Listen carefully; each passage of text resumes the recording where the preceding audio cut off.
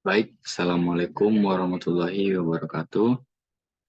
Kenalkan, nama saya Ihsan Maulana dengan nomor BP 2212010, jurusan Teknik Kimia Bahan Nabati. Pada kesempatan ini, saya akan menjelaskan sebuah materi mengenai additive manufacturing pada mata kuliah Dasar-Dasar Industri 4.0 yang diampu oleh Ibu Suci Oktinavia Rani MMT. Yang pertama yaitu definisi additive manufacturing. Additive manufacturing adalah proses pembuatan objek dengan membangunnya satu lapis pada satu waktu. Secara teknis, additive manufacturing adalah proses di mana suatu produk dibuat dengan membangun sesuatu satu demi satu lapis seperti pencetakan dan biasanya mengacu pada pencetakan 3D. Prinsip kerja dari additive manufacturing. Yang pertama yaitu pengembangan material, yaitu menentukan dan mempersiapkan segala jenis material yang akan dipakai.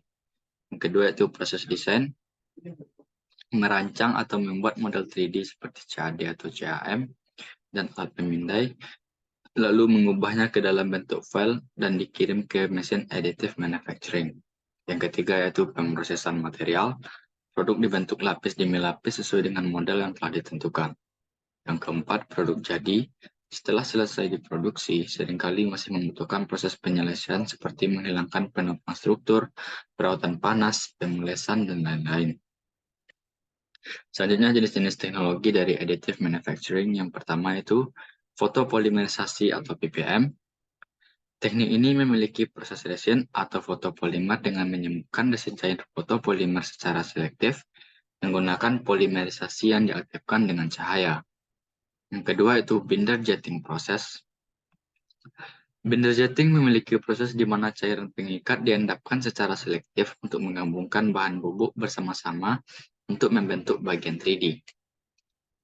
Yang ketiga yaitu Direct Energy Deposition atau DED. Direct Energy Deposition atau DED itu prosesnya membentuk objek 3D dengan melelehkan material. Material tersebut masih dalam keadaan diendapkan menggunakan energi panas yang terfokus seperti laser, berkas elektron, atau busur plasma. Yang keempat yaitu Material Extrusion. Material extrusion merupakan teknik manufaktur aditif yang menggunakan filamen termoplastik yang berkesinambungan untuk membangun bagian 3D. Yang kelima yaitu material jetting. Di dalam material jetting, tetesan bahan bangunan dan pendukung secara selektif disemprotkan ke platform bangunan, lalu disempurnakan dengan sinar ultraviolet atau panas untuk membentuk objek 3D. Selanjutnya itu kelebihan dari additive manufacturing. Yang pertama itu prosesnya lebih cepat. Manufaktur aditif bisa lebih cepat dibandingkan metode manufaktur tradisional karena prosesnya otomatis dan memerlukan lebih sedikit campur tangan manusia. Yang kedua yaitu kostumisasi. Manufaktur adiktif memungkinkan penyesuaian produk karena setiap objek dapat dirancang dan dicetak untuk memenuhi kebutuhan persyaratan tertentu. Yang ketiga yaitu pengurangan limbah. Manufaktur aditif menghasilkan lebih sedikit limbah dibandingkan manufaktur tradisional karena hanya sejumlah bahan yang diperlukan yang digunakan untuk membuat objek. Yang keempat yaitu fleksibilitas desain.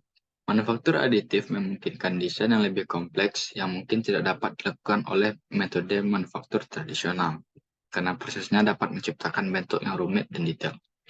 Yang kelima yaitu aksesibilitas. Manufaktur aditif dapat membuat manufaktur dapat diakses oleh usaha kecil dan individu, karena memerlukan lebih sedikit investasi pada infrastruktur dan dapat dilakukan dengan peralatan yang relatif murah. Selanjutnya yaitu kekurangan dari additive manufacturing. Yang pertama, bahan terbatas. Pembuatan bahan tambahan mungkin dibatasi oleh bahan yang tersedia untuk dicetak, karena tidak semua bahan cocok untuk proses tersebut. Yang kedua yaitu kontrol kualitas. Pembuatan aditif memerlukan kontrol kualitas yang ketat untuk memastikan bahwa objek yang dicetak memenuhi spesifikasi yang diinginkan, yang dapat menjadi tantangan. Yang ketiga yaitu biaya.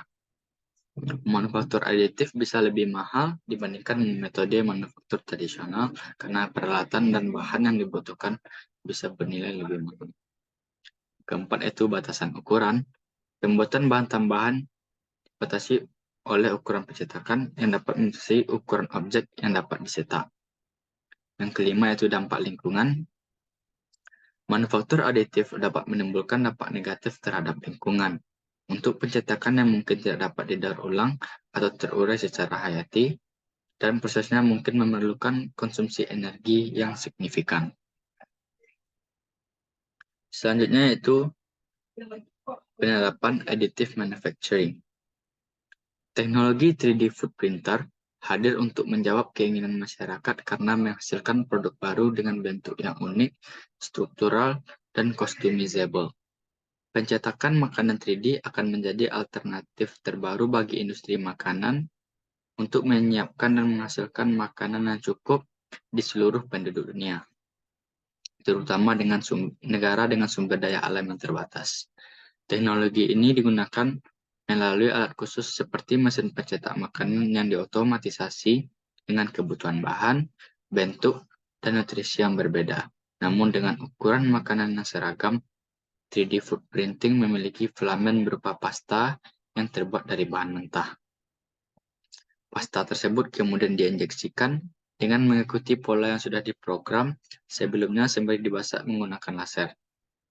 Produk yang diproduksi dari printer ini berupa prototipe produk 3 dimensi yang dihasilkan secara cepat dengan formulasi produk yang telah sesuai dengan kebutuhan gizi yang telah ditetapkan.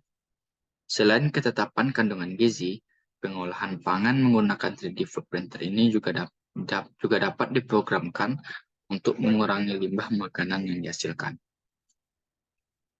Baik, sekian presentasi dari saya. Jika ada kesalahan, saya mohon maaf. Saya akhiri. Assalamualaikum warahmatullahi wabarakatuh.